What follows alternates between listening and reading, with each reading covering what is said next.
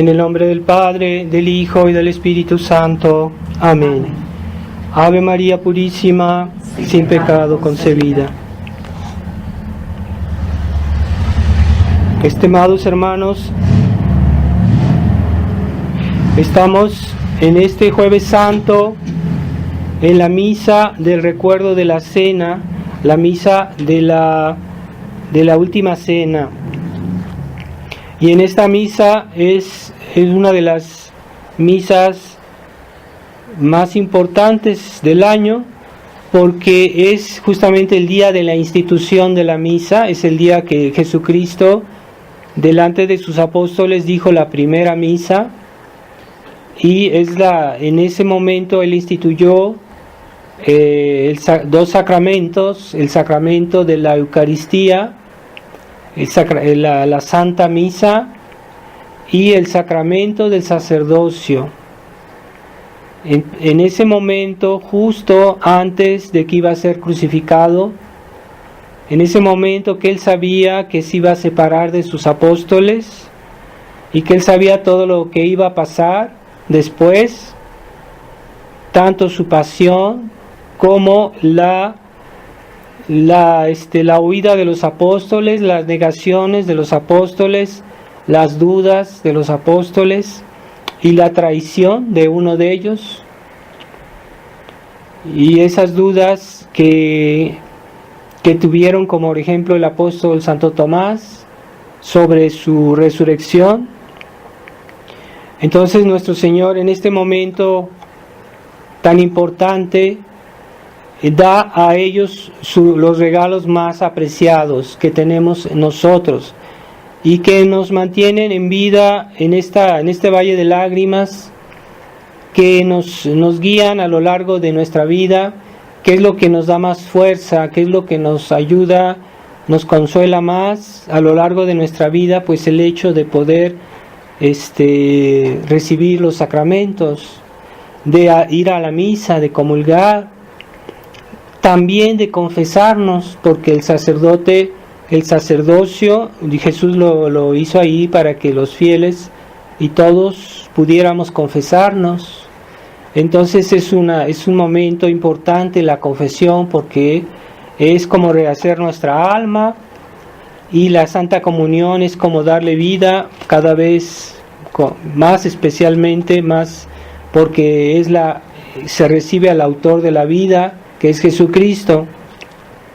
Entonces esas son pruebas de amor, no son palabras, no son bellos discursos, son realidades en las cuales nuestro Señor nos ha querido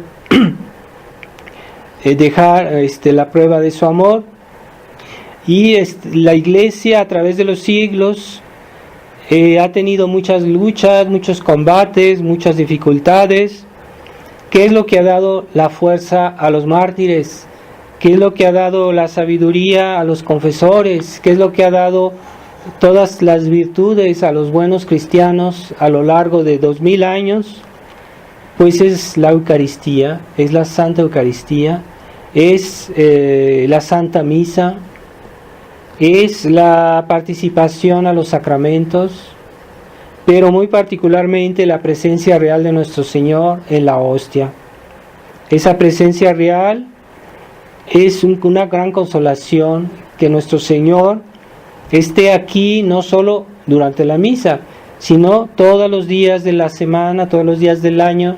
Él está aquí en el tabernáculo esperando que vengamos a verlo, y Él es un amigo fiel que nos consuela, que nos fortifica, que nos da muchas gracias para continuar en esta vida.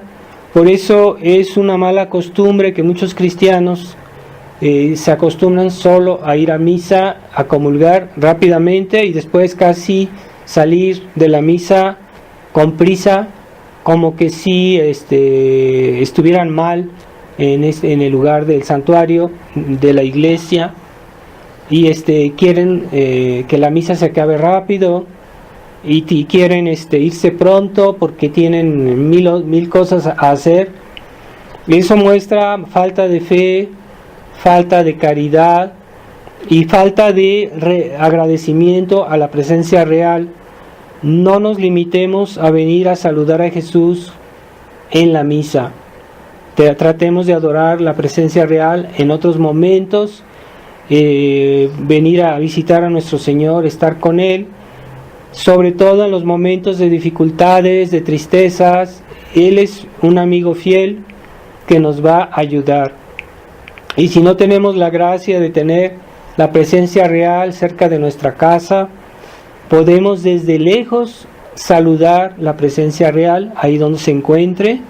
Por ejemplo, cuando decimos el rosario, ofrecerlo en unión a una santa misa que esté siendo dicha en algún lugar del mundo, y al final del rosario hacer una comunión espiritual para en cierta manera participar a esa misa a la cual nos hemos unido, adorando a la presencia real de Jesús en la Eucaristía. Y en tiempos difíciles Dios da gracias especiales, así que esas personas que no pueden tener la misa tan seguido, pueden hacer la comunión espiritual en el rosario, al final del rosario, una oración que es especial para eso.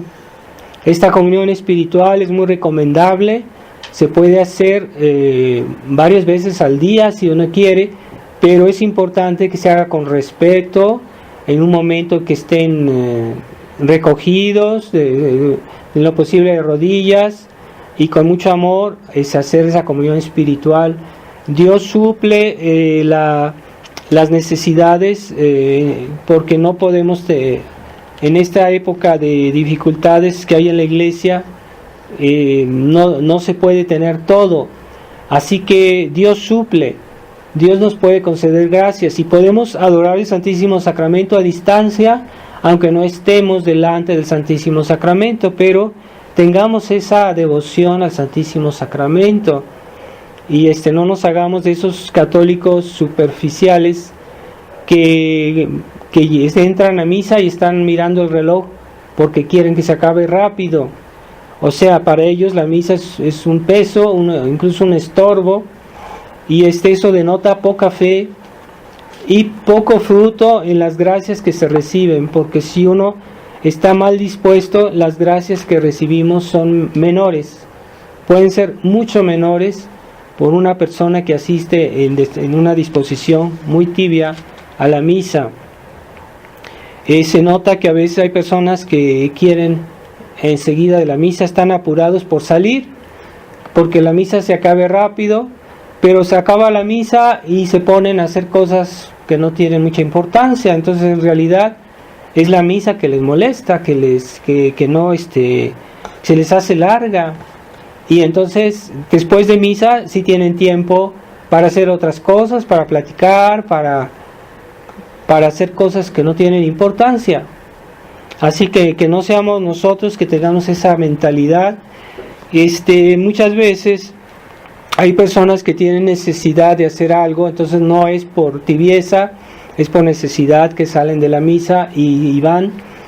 Entonces es diferente, pero la acción de gracias, en la cual se recoge todo el fruto de la comunión, se puede prolongar después de que uno salió. Por ejemplo, si uno va en auto o en alguna manera, puede seguir rezando, puede seguir en un estado de recogimiento, de adoración a la presencia real. Nuestro Señor todavía está presente en nosotros después de comulgar. Puede ser un cuarto de hora, una media hora todavía. Pero entonces esa presencia real, mientras Jesús esté ahí, nos puede hacer mucho bien, pero para eso necesita nuestra atención, nuestra devoción, nuestra oración. Entonces es bueno que si tienen la oportunidad después de misa quedarse unos momentos a rezar y a adorar a Jesús. Es muy importante hacerlo. Es para el bien de los cristianos, no es para el bien de nuestro Señor, porque Él no necesita de nosotros nada. Pero esa acción de gracias, pues hay personas que no la pueden hacer por razones importantes, pero hay quienes sí la pueden hacer. Y es ahí que se recoge todo el fruto de la Santa Comunión. Y en este día, pues es el día en que Jesús mostró más su amor a sus discípulos, porque era justo antes de su muerte. Así que cuando hay una persona que va a morir y que llama a sus hijos y que se quiere despedir de ellos, pues les habla de lo más importante, de las cosas que más quiere, de las cosas que más desea. Y así nuestro Señor en esta última cena, pues el relato que está aquí en el Evangelio no está completo. Si ustedes van al Evangelio y leen todo el relato, todo lo que dijo nuestro Señor, pues son varias páginas. Es recomendable leerlo con calma, ese relato de la última cena, porque dice tantas y tantas cosas nuestro Señor, pero les da lo más importante también, ¿verdad? Y eso más importante pues es la Santa Misa, la Eucaristía, el sacerdocio, que es hoy el sacerdocio está en crisis, una crisis tremenda, porque se ha cambiado la misa. La misa es el principal acto del sacerdote. Hoy se ha cambiado hasta la forma de la ordenación de los sacerdotes. Los sacerdotes no saben qué es la misa.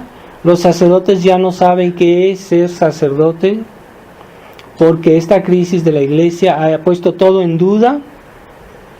Entonces es tremendo esta situación, pero es el odio del demonio y de los esbirros del demonio contra la misa, contra el sacerdocio, que ha hecho que se cree esta crisis en la Iglesia, inspirada por la masonería, por los enemigos de la Iglesia, y por eso estamos viviendo esta crisis tan tremenda que estamos viendo, pero es sobre todo una crisis de la misa y del sacerdocio.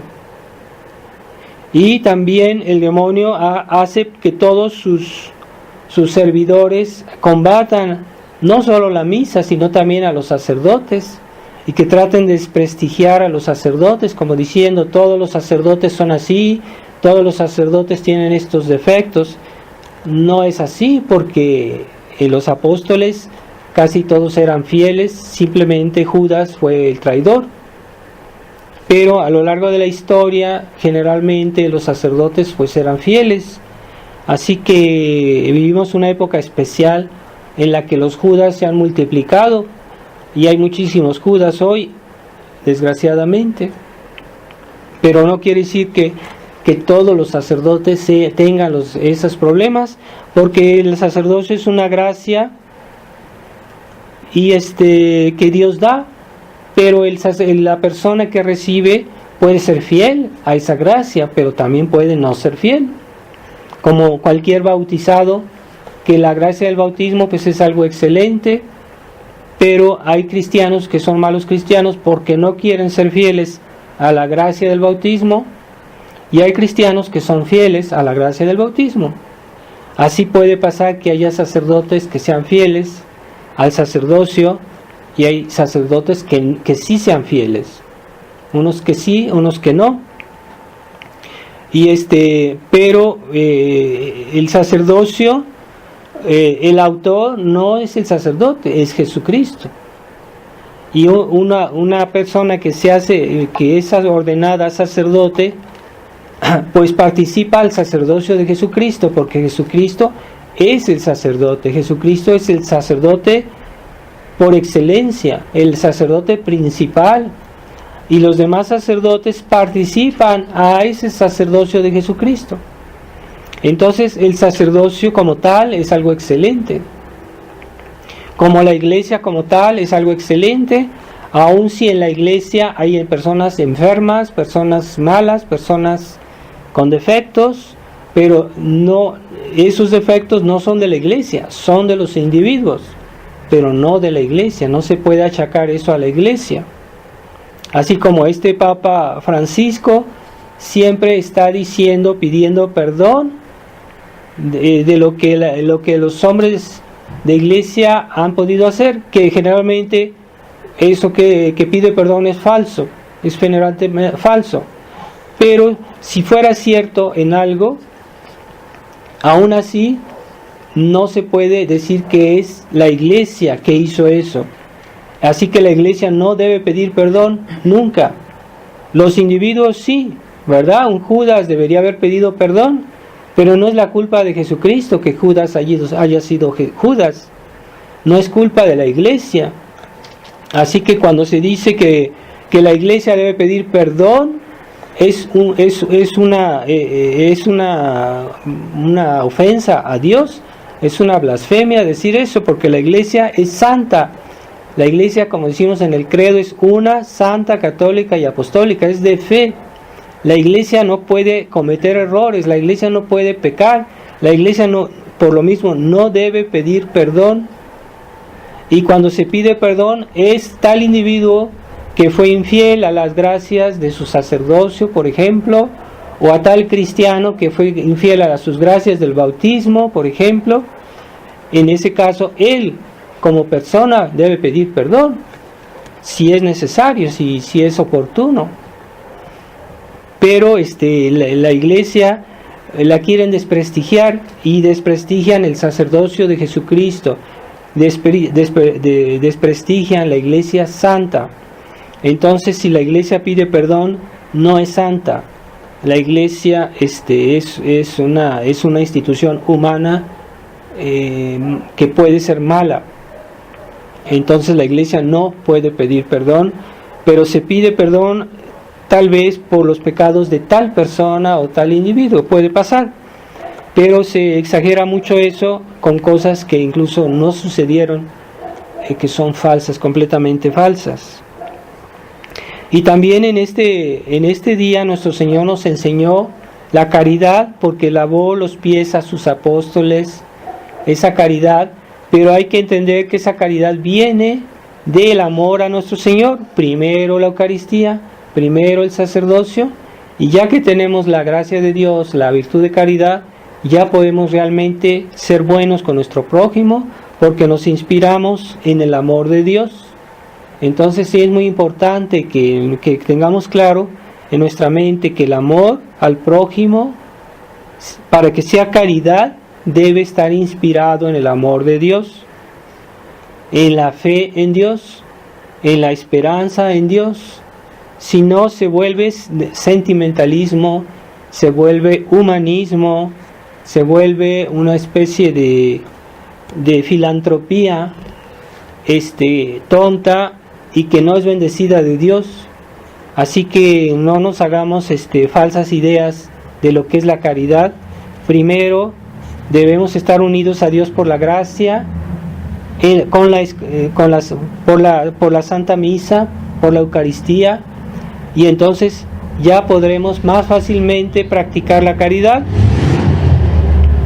Así que tengamos claro está en nuestra mente este deseo de practicar la caridad, como dice nuestro Señor. Yo os he dado el ejemplo para que de la misma manera que yo hice, también vosotros lo hagáis entre vosotros.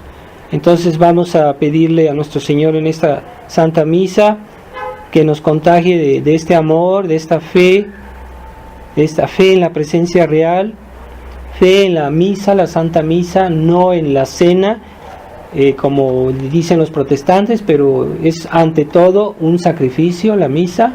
Y sí, también se recibe a nuestro Señor, se puede decir en segundo lugar que es una cena, pues sí, pero en primer lugar es un sacrificio.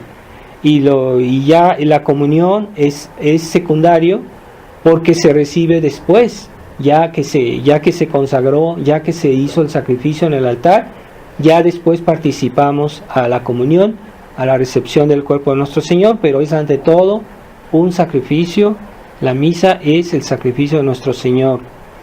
Entonces vamos a pedirle a nuestro Señor que en este día nos dé esa más intimidad, más unión con esta pasión de nuestro Señor, pero participamos de una manera sacramental esa participación sacramental es mucho más íntima que cualquier buen deseo que hagamos cuando participamos a la misa y recibimos la Santa Comunión. Ave María Purísima, sin pecado concebida.